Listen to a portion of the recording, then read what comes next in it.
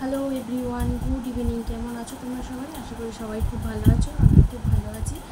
আর আজকে শনিবার, এখন সন্ধ্যে 6:45 বাজে। তো আমি তোমাদের সাথে কিছু কথা শেয়ার করতে আসলাম। হচ্ছে কোনো ব্লগ নিয়ে আসিনি। আমি ছোটোর থেকে যা চেয়েছি সব কিছুই আমি পেয়েছি, না চাইতে অনেক কিছুই পেয়েছি। আজ না হলেও আমি দুদিন পরে হলেও সেই জিনিসটা পেয়েছি। তোমরা তো সবাই জানোই আমার একটাই রুম, আর আমি বারান্দাতে রান্না করি। তোমরা সবাই জানো এই ঘরের মধ্যে খাওয়ার থাকে, খাওয়া দাওয়া এভরিথিং সব কিছুই এই ঘরে। আমার একটা ছোট বাচ্চা আছে, 4 বছর বয়স। আর হাজব্যান্ড মেডপ্লাসে জব করে, সেরকম কোনো ইনকাম নেই। আমি চাই নিজের পায়ে দাঁড়াতে, নিজে কিছু করতে।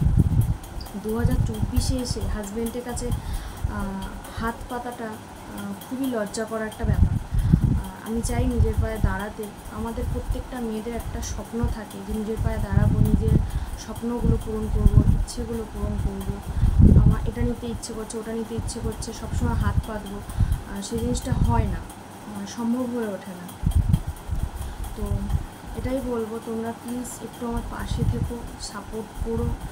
আর আমি সবসময় না একটা টেনশনের মধ্যে থাকি, বাচ্চাটাকে কী করে মানুষ করব।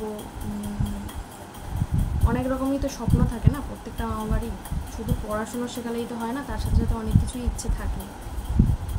আমিও চাই যে সেভাবেই আমার ছেলেটা বড় হোক।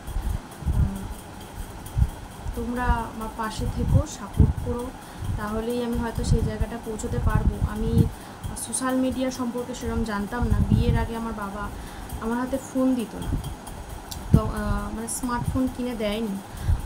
অনেক কিছু স্কুল লাইফে, কলেজ লাইফে কোথাও ঘুরতে যেতে দেয়নি। জানোই তো প্রত্যেকটা মেয়েদেরকে নিয়ে এখন যা চলছে চারিদিকে, সেই সব ভয়েই বাবা মা পাঠাতো না।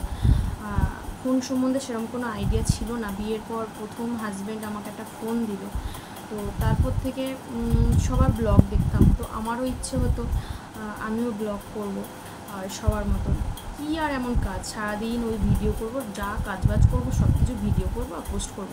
কিন্তু অ্যাকচুয়ালি তা না, খাটনি আছে অবশ্যই। প্রত্যেকটা টাইম টু টাইম আমি কাজ করছি, ধরো মানে খুব তাড়াতাড়ি কাজ করছি, তার সাথে সাথে আমাকে ফোনটাও সেট করতে হচ্ছে, ভিডিও করতে হচ্ছে, এডিট করতে হচ্ছে, টাইম টু টাইম ভয়েস দিতে হচ্ছে, তারপরে গিয়ে থাম্বনেল বানাও, তারপরে এডিট করো, পোস্ট করো, এরকম। আর যারা করছো ভিডিও তারা জানো অবশ্যই যে ভিডিও করতে গেলে কতটা খাটনি, কতটা কষ্ট, যারা করে তারা বোঝে। তা আমি কীভাবে চ্যানেল খুলবো সেটা আমি জানতাম না। ফার্স্ট টাইম আমি আমার জায়ের মেয়েকে দিয়ে একটা চ্যানেল খুলেছিলাম পুরনো ফোনে। তো সেই চ্যানেলটা কোনো কারণে কিছু প্রবলেমের জন্য সেটা হয়ে গেছে, সেটা চালাতে পারিনি আমি। তারপরে আবার কাউকে বলবো, তো নিজে আবার ইউটিউব সার্চ করে দেখলাম যে কী করে মানে চ্যানেল খুলতে হয়, কী করে ভিডিও করব, কী করে এডিট করব, পোস্ট করব, মানে এভরিথিং না, সব কিছু আমি দেখে দেখে শিখেছি। সব কিছু ইউটিউব থেকে দেখে দেখে শিখেছি। কেউ আমাকে হাতে ধরিয়ে শেখায়নি। আমি যেটুকুনি শিখেছি আমার নিজের ইচ্ছেতে আমি শিখেছি। তো তারপরে আমি আবার ইনস্টাগ্রামও একটা খুলেছি। ইনস্টাগ্রাম চ্যানেলটাও খোলার পরে সেটাও কী করে, মানে একটা চ্যানেল তো সবাই খুলতে পারে, কিন্তু একটা পার্সোনাল একটা চ্যানেল যে সেটা আমি কী করে খুলবো সেটা জানতাম না। আমি এতদিন ইনস্টাগ্রাম করতাম, জানি এরকম ইনস্টাগ্রাম থাকলেই মনে হয় ওই একই জিনিস, ভিউজ হবে, এইভাবে ওইভাবে সেইভাবে, কিন্তু অ্যাকচুয়ালি না। আমি একদিন ইউটিউবে সার্চ করতে করতে দেখলাম যে না, ইনস্টাগ্রাম এরকমভাবে হয় না। একটা প্রফেশনাল আইডি বানাতে গেলে তার আবার নানান রকম ব্যাপার থাকে। তো সেইগুলো আমি ফোন দেখে দেখে শিখে সেটাকেও আমি করেছি। চ্যানেলটা এখনও আমার 466 জন ওখানে সাবস্ক্রাইব রয়েছে, মানে ফলোয়ার্স রয়েছে ইনস্টাতে আপাতত। তো ওটাও চালিয়ে যাওয়ার চেষ্টা করব। এবার আমি ইউটিউবে লিঙ্কটা কীভাবে ইনস্টাগ্রামে দেবো সেটাও আমি জানতাম না।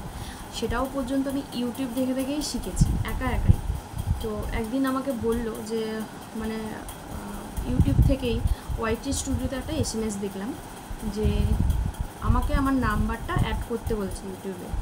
তো কী করে আমি অ্যাড করব সেটা আমি বুঝতেই পারছিলাম না। একে তাকে বলেছি, অনেকে বলছে আমি পারি না, ও বলছে হ্যাঁ আমি আসছি এক্ষুনি করে দেবো, কিন্তু কেউই করে দেয়নি। কেউ করে দেয়নি, আমি ইউটিউব দেখে দেখে একা একা সেই জিনিসটা আমি ভেরিফাই করেছি, আমি সবটাই নিজের চেষ্টাই করেছি। জানি না আমি কতদূর এগাতে পারবো, তবে অবশ্যই তোমরা পাশে থাকলে সেইটা হবে। সাপোর্ট করো প্লিজ, তোমাদেরকে এটুকুই আমার মানে আর্জি, আর কি বলবো। আমি আমার ছেলেটাকে ভালো করে মানুষ করতে চাই, সত্যিই আমি মানুষ করতে চাই। আমি আমার না লাইফে অনেক কিছু ধরো ইচ্ছে থাকে তো, কিন্তু পরিবারের প্রবলেমের জন্য হয়ে ওঠে না, সামর্থ্যের জন্য হয়ে ওঠে না।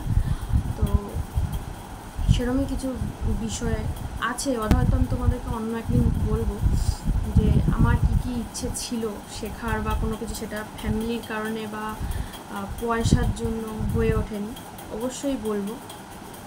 ছোটো থেকে বড় হওয়ার গল্পটা আমার অনেকটা কঠিন, আমি এখনও ভাবি। তো তার থেকে আমি এখন অনেকটা ভালো আছি। আমি আরও ভালো থাকতে চাই, ছেলেটাকে নিয়ে, হাজব্যান্ডকে নিয়ে ভালো থাকতে চাই, নিজের একটা পরিচয় বানাতে চাই। আমি একটা নিজের পরিচয় বানাতে চাই, নিজের পায়ে দাঁড়াতে চাই। আমি যদি মাসে 5,000 টাকাও যদি ইনকাম করি, সেটাও মনে হচ্ছে আমার কাছে অনেক, মানে করেছি এরকম একটা ব্যাপার। আমি হাজব্যান্ডের পাশেও দাঁড়াতে চাই। দুজনা মিলে একটা সংসারকে গড়ে তুললে না, মানে বেশি কষ্ট হয় না, দিব্যি চলে যায়। আমাদের মতন সাধারণ ফ্যামিলির থেকে আমরা বিলং করি, আমাদের মোটামুটি চলেই যায় এরকম একটা ব্যাপার।